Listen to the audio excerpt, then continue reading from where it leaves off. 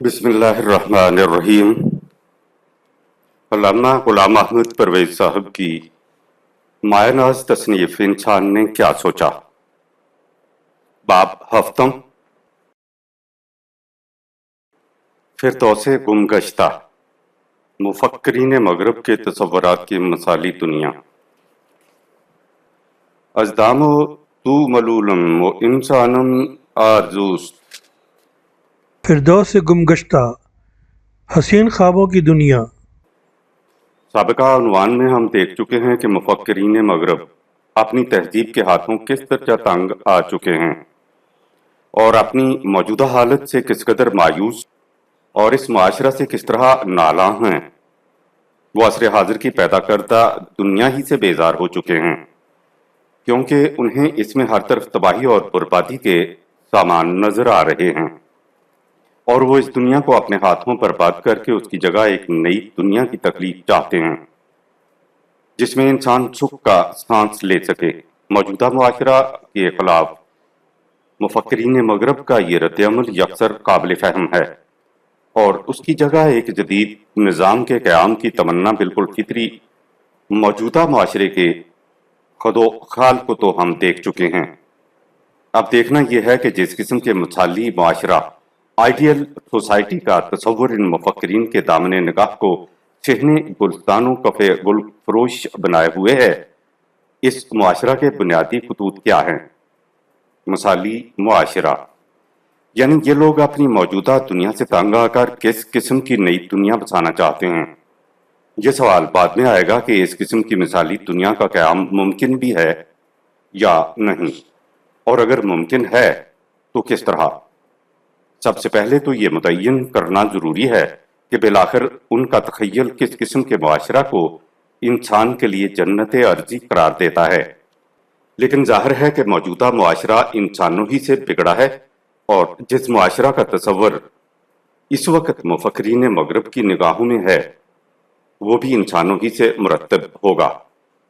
انسان سے خارج معاشرہ کا وجود ہی نہیں ہو سکتا، اس لیے پہلے یہ دیکھنا ضروری ہے کہ خود انسان کے متعلق ان مفکرین کا نظریہ کیا ہے۔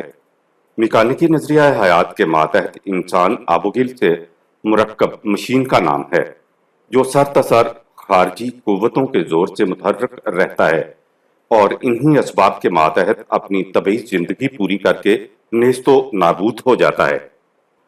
اس سے زیادہ نہ اس کی زندگی کا کوئی مقصد ہے، نہ اس کی نگاہ کا کوئی منتہا۔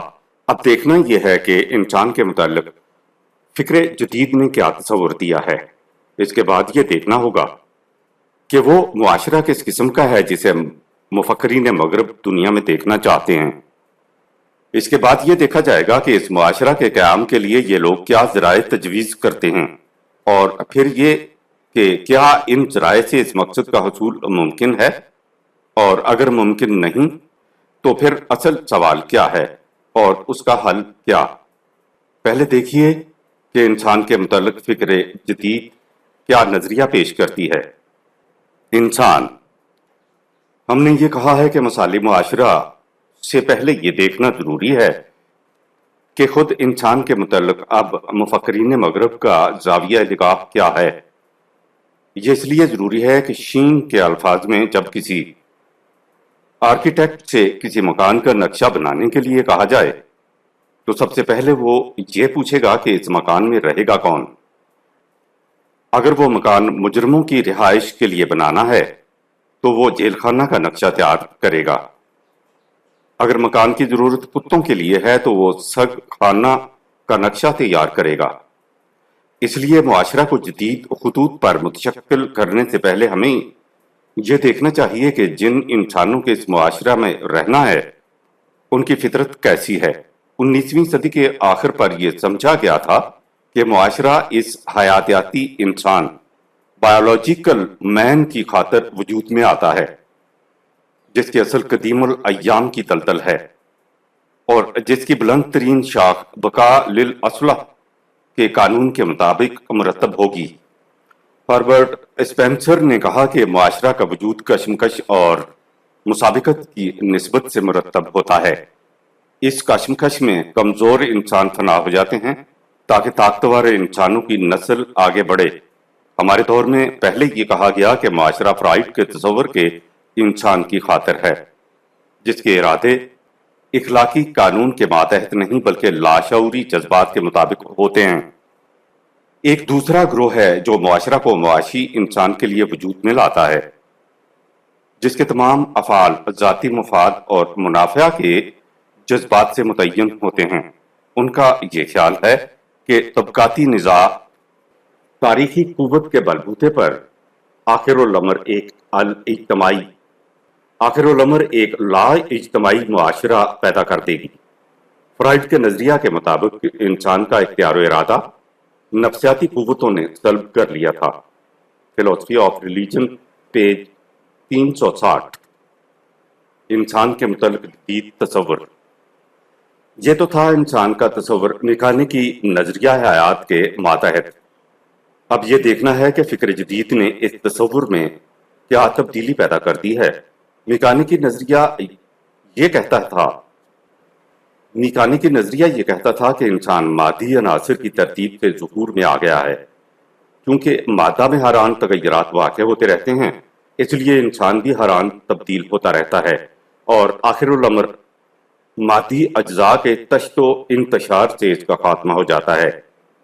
اب یہ تسلیم کیا جا رہا ہے کہ ہر انسان دو ہستیوں کا مجموعہ ہے، ایک وہ جو جمادات، نباتات، حیوانات کا مرکب ہے، یعنی وہ انسان جو زمان و مکان کی دنیا میں رہتا ہے، اور دوسرا وہ جس کی دنیا اس سے الگ ہے۔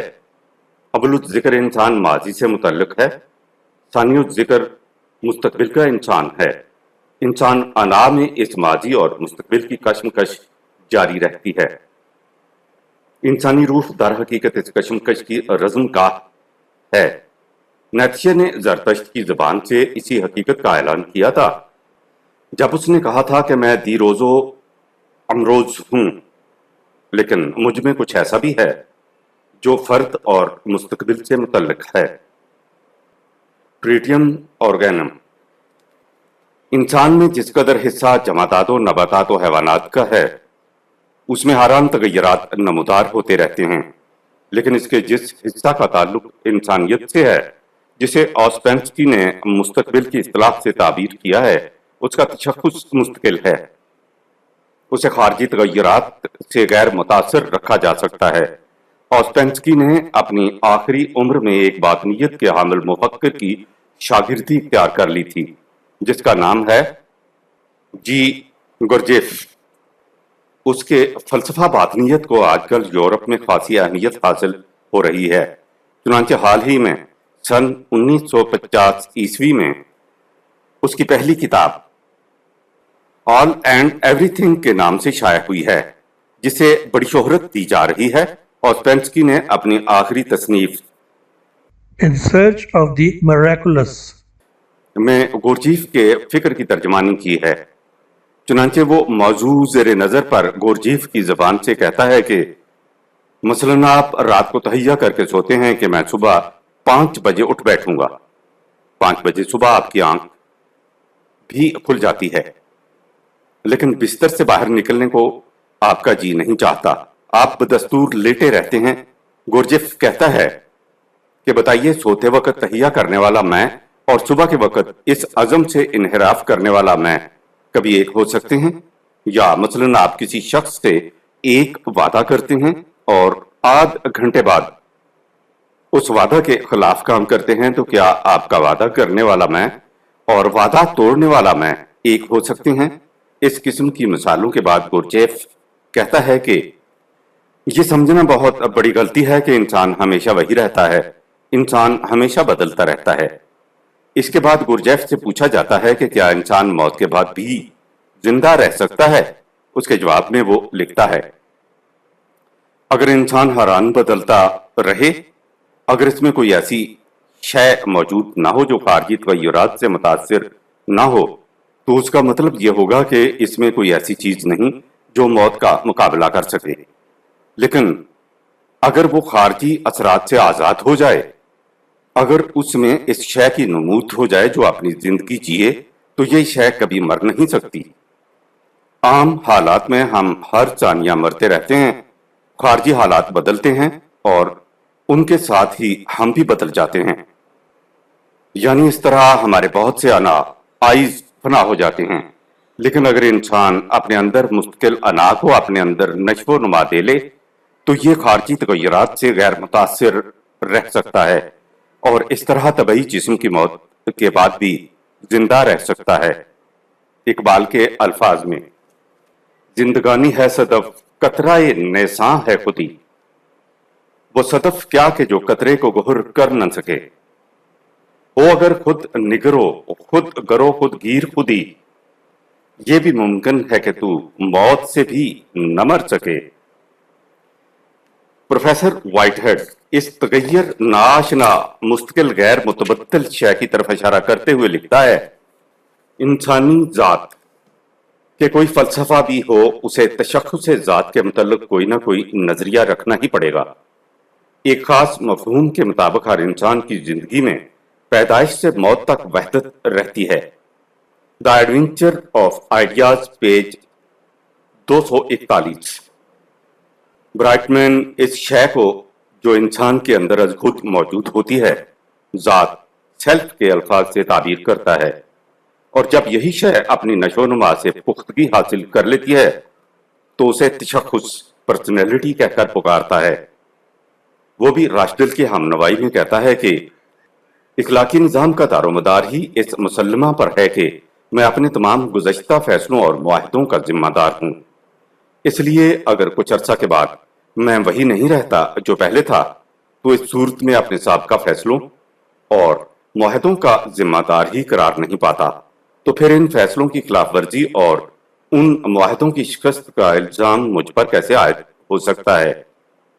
ان تصریحات سے واضح ہے کہ فکر جدید کی روح سے انسان سے بات پرماننس اور تبدل چینج سے مرکب ہے.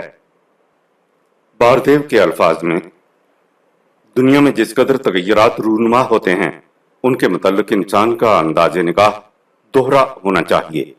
زندگی تغیرات کا نام ہے اور جدت کے بغیر زندگی کچھ نہیں، لیکن صرف تغیر کا تصور فریب انگیز ہے. تشخص ذات کے لیے تغیر اور جدت کی بھی ضرورت ہے، لیکن اس میں ایک ایسی شے بھی ہے جو مستقل اور تغیر ناآشنا ہے. اس کے بغیر تشخص ذات کا تصور ناممکن ہے. لہذا اپنی ذات کی نشو و نما میں انسان کو خود اپنی ذات سے فریب دہی نہیں کرنی چاہیے، یعنی اسے اس مستقل شے کو کبھی نظر انداز نہیں کرنا چاہیے جو اسے ابدی طور پر ملی ہے. زندگی میں یہ چیز نہایت ضروری ہے کہ تغیرات کے اس فہم عمل میں جس سے جدت نمودار ہوتی ہے استقلال ذات کے ساتھ امتزاج کیا جائے. The divine and the human. اس لیے جورڈ کہتا ہے کہ انسان کا مطالعہ بے تمام و کمال کرنا چاہیے، یعنی اس کے تغیر آشنا حصہ کا بھی اور اس شے کا بھی جسے تغیرات سے غیر متاثر رکھا جا سکتا ہے. انسان کے متعلق صحیح علم اس کے مختلف شعبہ زندگی کے مطالعہ کے مجموعہ کا نام نہیں. انسان کے متعلق صحیح علم اسی صورت میں حاصل ہو سکتا ہے کہ انسان کا بے تمام و کمال مطالعہ کیا جائے.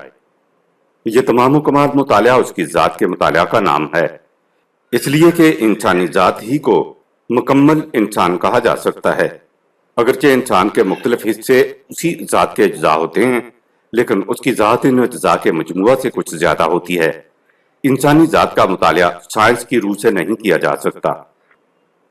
Guide to the moral and politics page 256. Iqbal اس فرق کو ان الفاظ میں بیان کرتا ہے خدا کی تمام مخلوق میں انسان ہی اس قابل ہے کہ وہ شعوری طور پر اپنے خالق کی حیات تخلیق میں شرکت کر سکے. اس میں یہ جوہر ابدیت کیا گیا ہے کہ یہ ایک بہتر دنیا کا تصور کر سکے اور جو کچھ موجود ہے اسے وہ کچھ بنا دے جو اسے ہونا چاہیے. خطبات. اسی بنا پر آسپینسکی کہتا ہے کہ فطرت کی تمام بادشاہتیں انسان کے اندر ہیں. انسان خود ایک چھوٹی سی کائنات ہے، اس کے اندر مسلسل موت اور مسلسل پیدائش کا سلسلہ جاری رہتا ہے.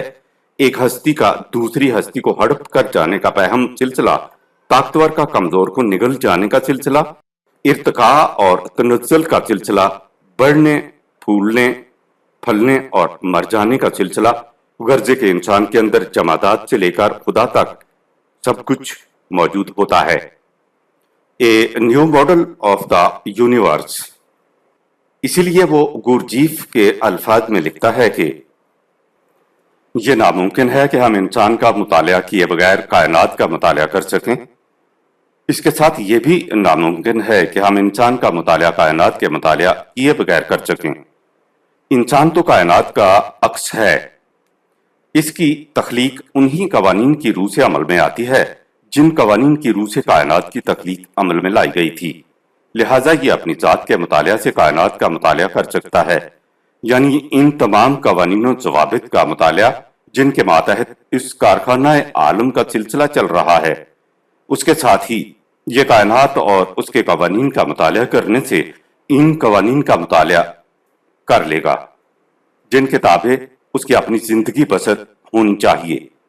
इसलिए मुतालिया फितरत और मुतालिया ज़ात मुतवाजी तरीक पर साथ साथ होता जाए ताकि एक दूसरे से मदद ले सकें। In Search of the Miraculous, page 75। इंसानी जात का इर्तिका। यहाँ तक हमने देख लिया कि फिक्र जदीद की रूह से इंसान महज मादी अनासर का मरकब नहीं जिसमें हरान तगैयर वाक़ होता रहता है, बल्कि उसके अंदर एक चीज़ ऐसी भी है जो मुस्तकिल बिज़ात है और इसे खारजी तगैयुरात से गैर मुतासर रखा जा सकता है।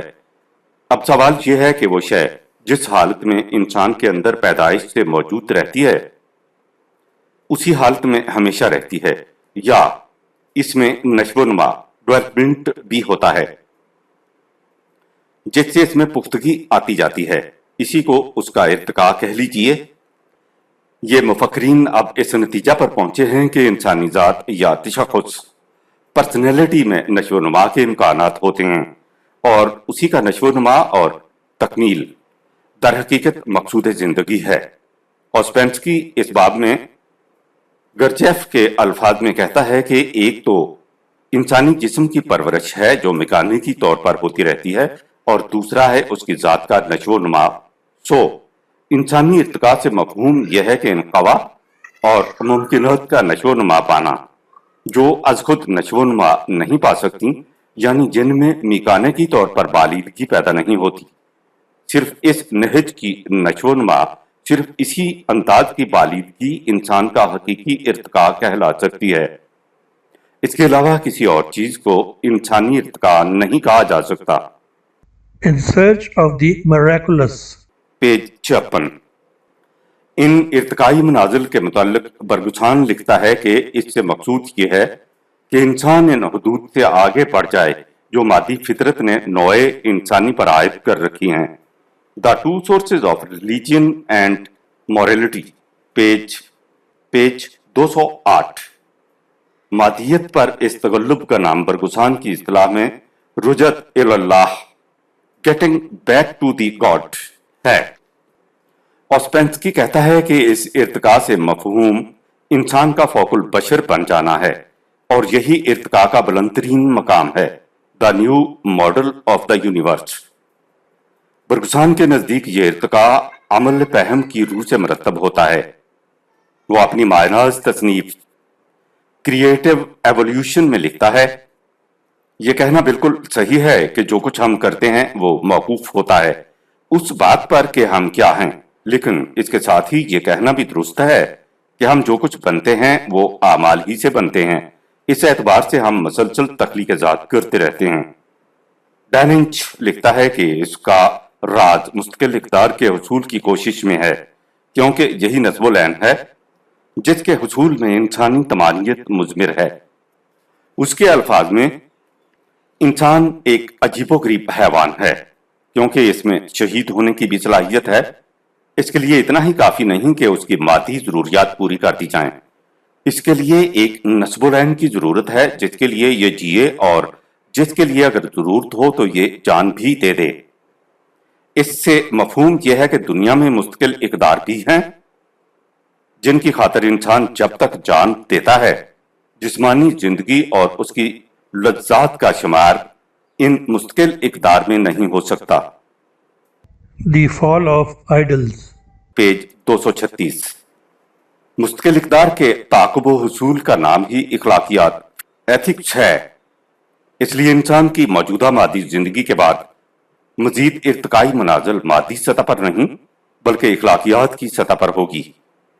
प्रोफेसर जे आर्थर थॉम्पसन अपनी किताब द गॉस्पेल ऑफ एवोल्यूशन के खात्मा पर लिखता है, हम ये कहने की जुर्रत कर सकते हैं कि हक्सले ने यह गलत कहा था कि कायनाती तजर्बा का इखलाकी मकासद से कुछ वास्ता नहीं।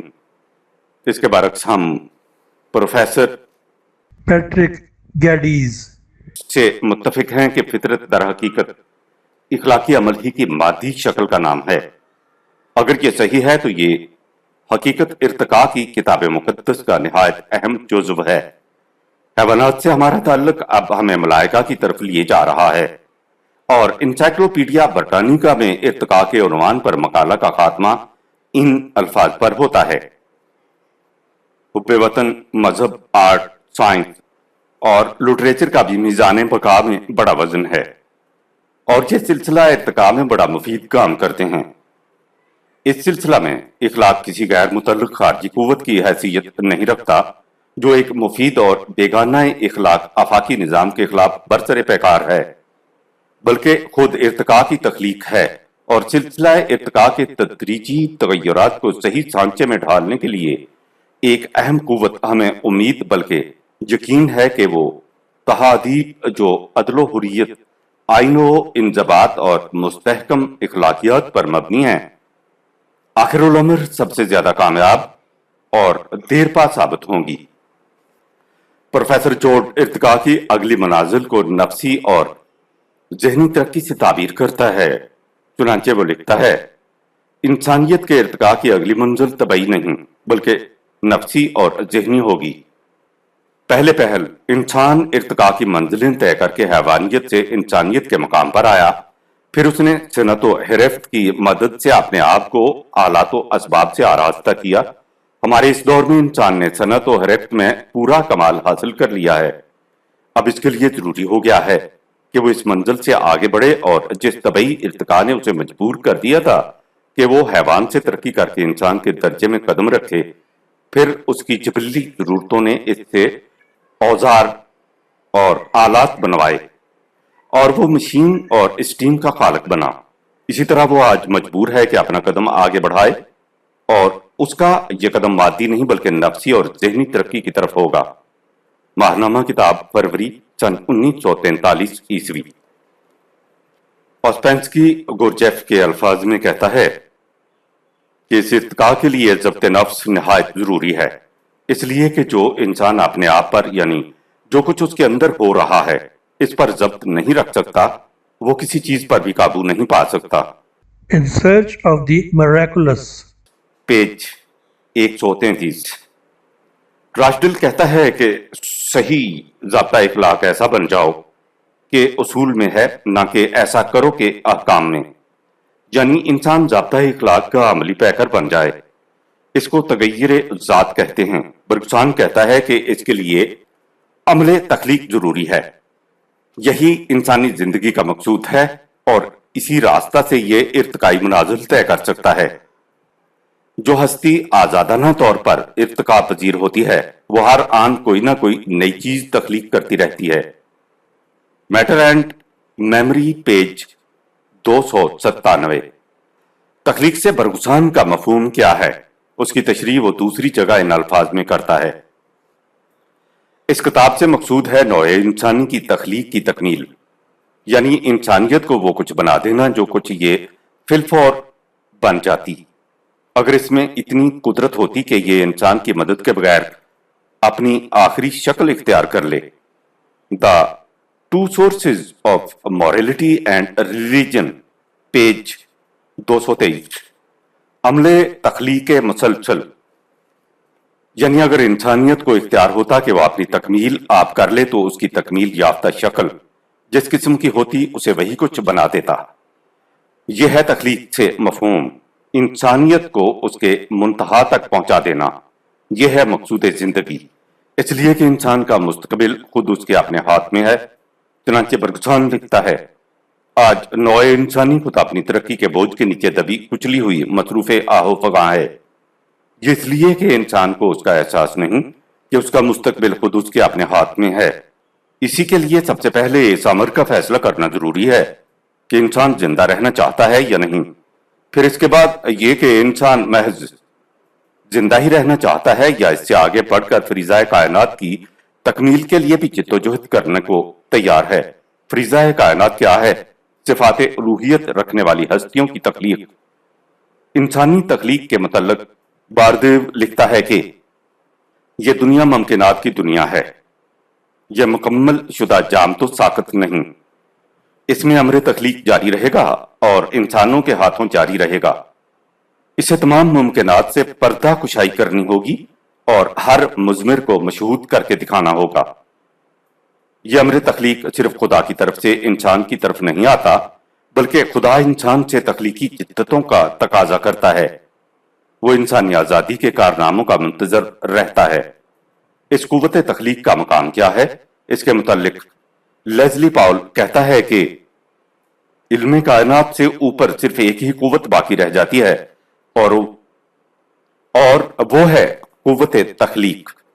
अगर हम खुदा को इससे मुस्तस्ना कर दें तो ही एक कुव्वत ऐसी है जिससे कायनात का अहाता किया जा सकता है।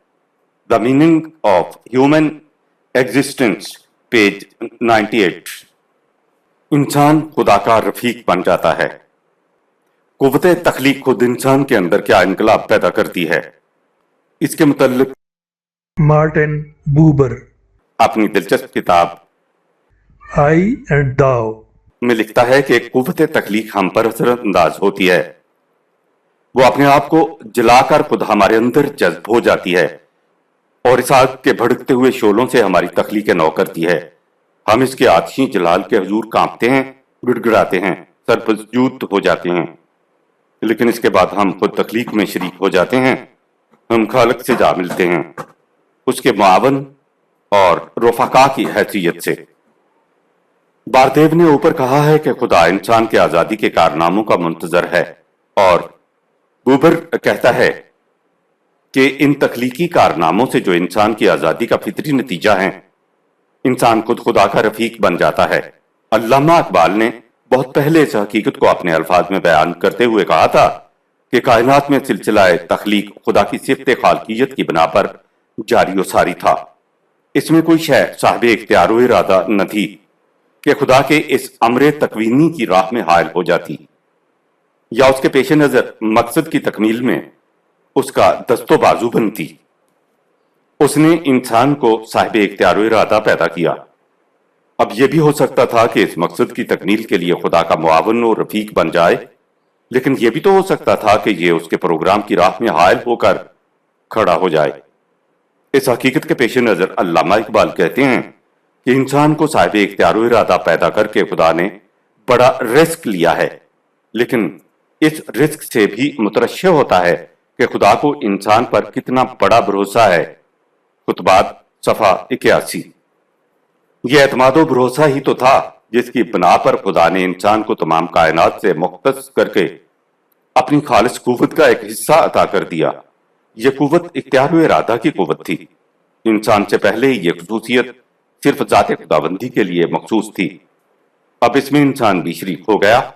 इख्तियार व इरादा खुदा ही का अता फरमुदा सही, लेकिन है तो खुदाई कुव्वतों में से एक बड़ी कुव्वत। फिर अल्लाह ने यह भी नहीं कहा कि जब चाहे वो इस अतिया को वापस ले लेगा। नहीं, इंसान से यह कुव्वत वापस नहीं ली जाएगी। इन उमूर से वाज़ेह है कि खुदा ने इंसान को इतनी बड़ी कुव्वत देकर जहां एक खतरा का इम्कान पैदा कर लिया है, वहां उसे उसकी जात पर भरोसा भी किस कदर है। अब इंसान खुदा के इस एतमाद को इसी सूरत में ही पूरा करके दिखा सकता है जब ये उसके तख्लीकी प्रोग्राम में उसका दस्तो बाजू बन जाए। चुनांचे अल्लामा इकबाल लिखते हैं, इस इर्तिकाई तब्दीली के तरको नहज में खुदा खुद बंदा का रफीक कार हो जाता है, बशर्ते के इंसान इसमें सबकत करे कि इन्नल्लाह ला युगय्यिरु मा बिकौमिन हत्ता युगय्यिरु मा बिअनफुसिहिम। सूरह 13 आयत नंबर 11। لیکن اگر وہ اس باب میں سبقت نہیں کرتا، اگر وہ اپنی خودی کی مخفی قوتوں کو بروئے کار نہیں لاتا، اگر وہ ابھرنے والی زندگی کے اندرونی تلاطم کا احساس نہیں کرتا، تو اس کی روح پتھر کسی قساوت اختیار کر لیتی ہے اور وہ انسان نہیں رہتا بلکہ جامد مادہ کی صورت اختیار کر لیتا ہے۔ خطبات تشکیل جدید، علامہ اقبال، صفحہ 11-12۔ دوسری جگہ اس حقیقت کی وضاحت ان الفاظ میں فرماتے ہیں: خدا کی تمام مخلوق میں انسان ہی اس قابل ہے کہ وہ شعوری طور پر اپنے خالق کی حیات تخلیق میں شرکت کر سکے۔ اس میں یہ جوہر ودیت کیا گیا ہے کہ یہ ایک بہتر دنیا کا تصور کر سکے اور جو کچھ موجود ہے اسے وہ کچھ بنا دے جو اسے ہونا چاہیے۔ ہینس ڈریش لکھتا ہے کہ خدا کے تخلیق کی پروگرام میں شرکت سے ہم خدا کے سپاہی بن جاتے ہیں۔ دا گریٹ ڈیزائن، اس باب میں لیزلی پال نے اقبال ہی کے الفاظ کو دہرایا ہے جب کہا ہے کہ انسان اپنی زندگی میں فطری عمل ارتقاء کے خلاف چلتا ہے۔ وہ اس کا انتظار ہی نہیں کرتا کہ حوادث عالم اپنے طریق پر اس کے مقصد کی سمت چلیں، نہ ہی وہ اس زمانہ کا انتظار کرتا ہے کہ وہ اس کا سازگار ہو۔ وہ حوادث کو مجبور کر دیتا ہے کہ وہ اس کے پروگرام کے مطابق چلیں۔ وہ جس چیز کی خواہش کرتا ہے اس کے مطابق اپنا پروگرام مرتب کر لیتا ہے اور پھر عملی تخلیق سے اپنے ماحول پر غلبہ پا کر اسے اپنا سازگار بنا لیتا ہے۔ جو کچھ اس کائنات میں انسان کے ہاتھوں سے وجود میں آیا ہے، فطرت کا عمل تخلیق، ارتقاء انہیں کروڑوں برس میں بھی پیدا نہیں کر سکتا تھا۔ اس قسم کے انسان کے متعلق باردیو لکھتا ہے کہ یہی وہ انسان ہے جو تاریخ اور کائنات کی زندگی میں جیتا ہے اور اس میں پامل و متحرک رہتا ہے، لیکن تاریخ اور کائنات سے اثر پذیر نہیں ہوتا بلکہ انہیں اپنے ارادوں کے مطابق ڈھال لیتا ہے۔ اس قسم کا انسان صرف اپنی ذات کی یا ان لوگوں کی ذمہ داری ہی نہیں لیتا جو اس کے گرد و پیش ہوں، بلکہ تمام نوع انسانی کے مقدرات کی ذمہ داری اپنے ساتھ لے لیتا ہے۔ شین حیوان اور انسان میں فرق ہی یہ بتاتا ہے۔ وہ کہتا ہے کہ جمادات اور حیوانات کی زندگی کا مقصد خدا کی طرف سے عائد کردہ ہوتا ہے۔ اس مفہوم کے اعتبار سے وہ ایک متعین پروگرام کے مطابق چلنے پر مجبور ہوتے ہیں۔ ان کے برعکس انسان اپنے اختیار و ارادہ کی بنا پر اپنا مقصد اور نصب العین آپ متعین کرنے پر قادر ہے۔ فلسفی آف ریلیجن، پیج 284۔ مثالی معاشرہ، یہ ہے فکر جدید کے مطابق انسان کا تصور۔ اب ہمیں یہ دیکھنا ہے کہ ان افراد پر مشتمل جس قسم کے معاشرہ کا تصور فکر جدید پیش کر رہا ہے، اس معاشرہ کی خصوصیات، نہج ترقی اور مقصود و مفہوم کیا ہے۔ جورڈ اس باب میں لکھتا ہے: مثالی معاشرہ وہ ہے جس میں ہر شخص وہ کام کرنا چاہے جسے وہ حق سمجھتا ہے اور ہر شخص اسی کو حق سمجھے جو در حقیقت حق ہے۔ باللفاظ دیگر، جس میں لوگ ان کاموں کو حق سمجھیں اور ان پر عادتاً پابند ہوں جو بہترین نتائج کے حامل ہوں، یعنی جو مستقل اقدار، حسن، صداقت، اخلاقی محاسن اور انبساط کے مظہر ہوں۔ جس معاشرہ کے افراد ان اقدار کو زیادہ سے زیادہ اہمیت دیں گے اور ان پر عمل پیرا ہوں گے، وہی معاشرہ بہترین معاشرہ ہوگا۔ گائیڈ ٹو دا فلسفی of morals and politics, page 467 تا 469۔ راشدل مثالی معاشرہ کے متعلق لکھتا ہے: مثالی معاشرہ ایسی کیفیت کا نام ہے جس میں ہر فرد معاشرہ کی بہبود کے لیے وہی کچھ کرے جو معاشرہ اس فرد کی بہبود کے لیے کرتا ہے، اور اس طرح ان مقاصد کی مملکت کا قیام عمل میں آ جائے جو کانٹ کے نظریہ کے ماتحت نوع انسانی کے بلند ترین مقاصد ہیں۔ The theory of good and evil, volume 1، page 100۔ Rashdall دوسری جگہ لکھتا ہے کہ معاشرہ کا فریضہ یہ ہے کہ وہ تمام نوع انسانی کے افراد کی بہبود کا انتظام ان کی ذاتی استعداد اور قدر و قیمت کے مطابق کرے، یعنی ایسا معاشرہ جس میں ہر فرد کی ذاتی استعداد اور मुज़मिर जौहरों की नशो नुमा का पूरा पूरा इंतजाम मौजूद हो। लेज़ली पाउल कहता है कि ये इसी सूरत में मुमकिन है कि फर्द अपना ताल्लुक मुस्तकिल इक़दार के सरचश्मा यानी खुदा से कायम करे और फिर इस ताल्लुक की निस्बत से मुआशरा का जायजा लेता रहे। यानी मुआशरा के अमाल के परखने का मयार फर्द होना चाहिए और फर्द को अपना ताल्लुक मुस्तकिल इक़दार से कायम रखना चाहिए। इस नुक्ता के मुतल्लिक़ ऑस्पेंस्की लिखता है कि हर फर्द को चाहिए कि वो दीगर अफराद और कायनात के मुतल्लिक़ अपने ज़ाती जज्बात को अलग रखकर एक खारजी मुस्तकिल मयार के मुताबिक एहसासात कायम करे। Tertium organum. वो कहता है इंसानों को एक दूसरे के समझने में गलत फहमियां इसलिए पैदा हो जाती हैं कि वो मुख्तलिफ जज्बात के मातहत जिंदगी बसर करते हैं। अगर उनके जज्बात में हम आहंगी पैदा हो जाए तो वो एक दूसरे को बिल्कुल सही तौर पर समझने लग जाएं। ऑस्पेंस्की अपने इस दावे की तायद में लिखता है कि आप देखिए, शराब पीने वाले एक दूसरे के यार होते हैं। ये इसलिए कि शराब इन तमाम अफराद में एक जैसे जज्बात पैदा करती है। इसी तरह भंग पीने वाले एक दूसरे के दोस्त होते हैं क्योंकि बरके हशीश इन सबको एक ही किस्म की तस्वराती जन्नत में ले जाते हैं। लिहाजा बाहमी तल्लुकात के लिए जज्बात की हम आहंगी निहायत जरूरी है। इसी ज़िम्न में ऑस्पेंस्की गुरजेफ के अल्फाज में कहता है कि वो शख्स जो जागना चाहता है उसे ऐसे अशखास तलाश करने चाहिए जो उसकी तरह जागना चाहते हैं। इस ग्रोह को फिर बाहमी ताउन से काम करना चाहिए। In search of the miraculous. Page 222। यानी मुआशरा की तश्कील वहदत वहदत मकसद के मातहत होनी चाहिए। ब्राइटमैन ऐसे मसाली मुआशरा के मुतल्लिक लिखता है कि यह मुआशरा उन आज़ाद लोगों पर मुश्तमिल होगा जो एक माकूल और काबिल कदर वाहिद नस्बुलैन के हसूल के लिए बाहमी ताबनो तनासर से काम लें। वो नस्बुलैन जिसकी बुनियादें खुदा के ईमान पर उस्तवार हों। ए फिलॉसफी ऑफ रिलीजन पेज 146। लेकिन इस मुआशरा के पेश नज़र सिर्फ अपने ग्रोह की नशो इर्तिका ही का ख्याल नहीं होना चाहिए, मकसूद तमाम नौए इंसानी का इर्तिका होना चाहिए। क्योंकि अगर नौए इंसानी का इर्तिका नहीं होगा तो उसका मतलब यह होगा कि हयात नामी का इर्तिका रुक जाएगा और इस तरह कायनात में तख्लीकी शुआ का भी खात्मा हो जाएगा। अगर इंसानियत का इर्तिका ना हुआ तो मकसद के पेश नज़र जिसके लिए उसकी तख्लीक हुई थी, ऐसी इंसानियत बेकार हो जाती है और बेकार होने का मतलब उसकी फना है। इस तरह सिलसिला इर्तिका के रुक जाने का मफहूम इंसानियत की फना होगा। In search of the miraculous. Page 306। हॉक्सले इस बाब में लिखता है कि मेरा ख्याल है कि इंसान के तमाम फराइज को इन चंद अल्फाज में यूं समेटा जा सकता है, ज्यादातर जिंदगी तुम्हारे अपने लिए भी और तुम्हारे हमसाया के लिए भी। मेरा ख्याल है कि अगरचे इंसान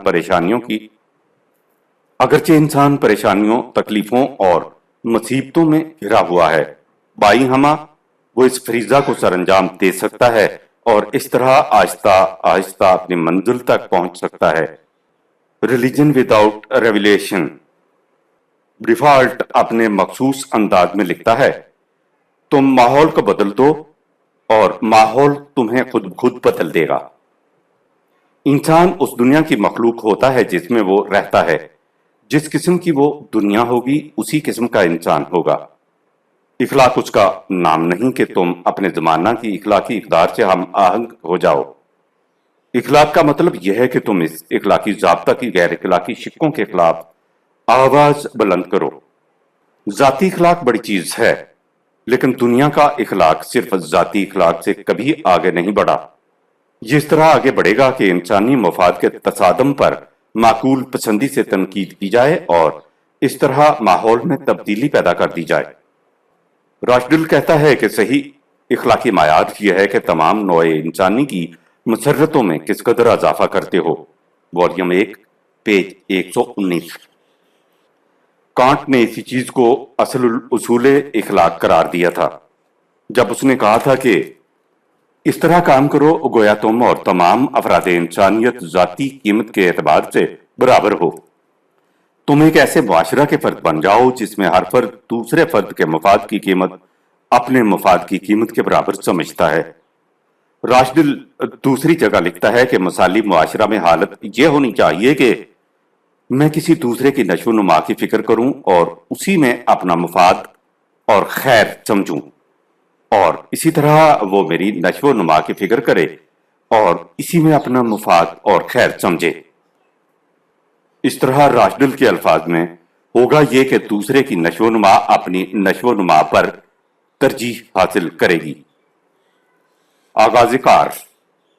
लेकिन गर्जीफ का ख्याल है कि तमाम नौए इंसानी का नशो इर्तिका एक महदूद ग्रुप तबका के जरिए ही हो सकता है, यानी सबसे पहले इस एक ग्रुप को इर्तिकाई मनाजिल तय करके आम सतह से बुलंद होना चाहिए, फिर तमाम इंसानियत को उसके पीछे चलना चाहिए। वो कहता है इंसानियत का इर्तिका एक मखसूस ग्रुप की वसादत से ही अमल में आ सकता है। ये ग्रुप बाकी नौए इंसानी पर असरअंदाज होगा और उसकी रहनुमाई करेगा। All and everything, page 309। Gurdjieff कहता है कि अगर दुनिया में इस किस्म के 200 बाशाऊर इंसान भी मिल जाएं जो इस तरह वहदत मकसद पहले से अपने अंदर इर्तिकाई कैफियत पैदा कर लें और इसके बाद नौए इंसानी की रहनुमाई का बीड़ा उठाएं, तो वो सारी दुनिया में इनकलाब बर्पा कर सकते हैं। लेकिन ऑस्पेंस्की का ख्याल यह है कि हर दौर में इर्तिका सिर्फ एक मखसूस तबका का मुमकिन है। अवाम हमेशा अपनी सतह पर रहते हैं। वो the new model of universe में लिखता है, आम नुक्ता निगाह से या तो जिंदगी को बिला मकसद समझा जाता है और या तमाम इंसानों के इर्तिका का तस्वुर किया जाता है, लेकिन तमाम इंसानों मैसेज के इर्तिका का तस्वर ऐसा ही अफसानवी है जैसे मसलन ये समझ लिया जाए कि जिसमें इंसानी का हर खलिया या किसी दरख्त का हर जर्रा इर्तिकाई मनाजिल तय करता जाएगा। ऐसा समझने वाले ये नहीं सोचते कि अवाम के इर्तिका का ये मतलब होगा कि दरख्त की जड़ें, तना, शाखें, पत्ते सबके सब फूल और फल बन जाएं, यानी सारा दरख्त ही फूल और फल में तब्दील हो जाए। ये नामुमकिन है। फूल और फल के लिए दरख्त की जड़ों, तने, शाखों, पत्तों का अपनी जगह रहना जरूरी है। यानी ऑस्पेंस्की के नजदीक मसाली मुआशरा वो होगा जिसमें अवाम अपनी सतह पर रहें, लेकिन एक खास ग्रोह इर्तिकाई मनाजिल तय करके बुलंद हो जाएं। राशदिल ने जब कहा था कि मसाली मुआशरा में हर फर्द की जाती इस्तेदाद की पूरी नशोनुमा होनी चाहिए, तो उसके पेश नजर भी यही था कि चूंकि अफराद जाती इस्तेदाद के लिहाज से मुख्तलिफ होते हैं, इसलिए तरक्की से मफहूम ये नहीं कि तमाम के तमाम इंसान एक ही बुलंदी पर पहुंच जाएंगे, बल्कि यह कि हर इंसान जिस बुलंदी तक पहुंचने की इस्तेदाद अपने अंदर रखता है उस बुलंदी तक जरूर पहुंच जाए। व्हाइट हेड के पेश नजर भी ऐसा ही तस्वुर था जब उसने कहा था कि इंसानी कैरेक्टर के मुख्तलिफ टाइप हैं। आजादी से मफहूम यह है कि हर टाइप के अंदर जरूरी रब्तो तवाज़ुन कायम रहे और उसके साथ ही मुआशरा का अमूमी नस्बोलैन भी तबाह ना होने पाए। मुआशरा का एक अमूमी नस्बोलैन तो यह है कि इन मुख्तलिफ टाइप्स के ग्रोह बाहम तगर इस तरह मरबूतो मुतावन हों कि वो मुआशरती जिंदगी के मखलूत कालब कॉम्प्लेक्स पैटर्न की नशोनुमा का जरिया बन जाएं। इस तरह इनफरादियत बाहमी ताउन से तवानाई हासिल करती है और आज़ादी को वो कुव्वत मुयस्सर आ जाती है जो उसकी तकमील के लिए जरूरी होती है। Adventure of ideas, page 86।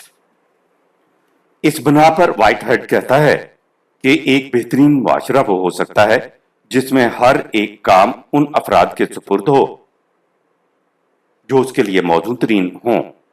फिलहाजा अगर ये देखना हो कि कोई मुआशरा किस किस्म का है तो ये देखना चाहिए कि इस तरह किस किस्म के काम किस किस्म के लोगों के सुपुर्द हैं। व्हाइट हेड कहता है कि इस किस्म के बाहमी ताउन तो तनासुर के लिए जब्त और ईसार निहायत जरूरी है। इसी जब्त और ईसार से इंसान अपनी जात से आगे बढ़कर नौए इंसानी से मोहब्बत करना सीखता है। मसलन माँ की मोहब्बत कि जिसमें अपनी तमाम ख्वाहिशात को बच्चा की नशोनुमा की तरफ मुंतकिल कर दिया जाता है। लिहाजा इस हकीकत को उसूल समझ लेना चाहिए کہ زندگی کی تکمیل کا راز اپنی ذات سے ماورا مقاصد کے حصول میں ہوتا ہے۔ افراد کے ضبط و ایثار سے معاشرہ کا توازن قائم رہتا ہے اور اس طرح معاشرہ آگے ترقی کرتا جاتا ہے۔ اسی اعتبار سے برگسان مثالی معاشرہ کے متعلق کہتا ہے کہ یہ ایسا معاشرہ ہوتا ہے جو ہر وقت آگے بھی بڑھتا جاتا ہے اور ہر وقت اپنا توازن بھی قائم کیے ہوتا ہے۔ Creative evolution page 106۔ لیکن اس کے ساتھ ہی برگسان یہ بھی کہتا ہے کہ ایسے معاشرہ کا قیام شاید ناممکن ہے، صفحہ 106۔ اس میں شبہ نہیں کہ ایسے معاشرہ کے قیام میں بہت سی مشکلات حائل ہوتی ہیں، لیکن ایسے معاشرہ کا قیام ممکن ہے اور یہ صرف قرآن کی روح سے قائم ہو سکتا ہے۔ قرآن کی تعلیم کا منشا ایسے معاشرے کا قیام ہے۔ یہ معاشرہ کس قسم کا ہوگا؟ اس میں افراد معاشرہ کے فرائض کیا ہوں گے اور واجبات کیا؟ وہ کون سا جذبہ محرکہ ہوگا جس کے ماتحت اس معاشرہ کا ہر فرد پوری محنت سے کام کرے گا، لیکن اس کے بعد اپنی محنت کے ماحصل کو نوع انسانی کی پرورش اور نشو و نما کے لیے کھلا چھوڑ دے گا اور خود صرف اتنا لے گا جتنا اس کی ضروریات کی کفالت کر سکے، نیز یہ کہ خود یہ معاشرہ اپنے افراد کو ضروریات زندگی کی طرف سے پورا اطمینان دلا کر ان کی مضمر قوتوں کو کس طرح بروئے کار لاتا جائے گا اور ایسا کرنے کے لیے اس کے پاس سامان زیست کہاں سے آئے گا۔ یہ وہ سوالات ہیں جو ہر اس قلب کو وقف اضطراب رکھتے ہیں جس میں زندگی کے اس بنیادی مسئلہ کا حل دریافت کرنے کی تڑپ ہو۔ اس مسئلہ پر میں نے اپنی کتاب نظام ربوبیت میں تفصیل سے بحث کی ہے۔ قرآن کی روح سے جو انسانی ذات کو تسلیم نہیں کرتے اور زندگی صرف طبعی جسم کی زندگی کو سمجھتے ہیں، وہ درجہ حیوانیت اینیمل لیول پر زندگی بسر کرتے ہیں۔ انسانی سطح پر آتے ہی نہیں۔ جو معاشرہ اس قسم کے انسانوں پر مشتمل ہوگا وہ جہنم کے انسانیت سوز عذاب میں مبتلا رہے گا۔ جنتی معاشرہ وہ ہے جس میں انسان مستقل اقدار پر ایمان رکھے اور انسانی ذات کی نشو و نما کو مقصود حیات قرار دے، کیونکہ مستقل اقدار صرف وحی کی روح سے مل سکتی ہیں اور وہی اپنی آخری شکل میں قرآن کے اندر محفوظ ہے۔ اس لیے وہی نظام جنتی معاشرہ کا ضامن ہو سکتا ہے جو قرآنی خطوط پر متشکل ہو۔ تفصیل ان امور کی دوسری کتاب میں ملے گی۔ شکریہ۔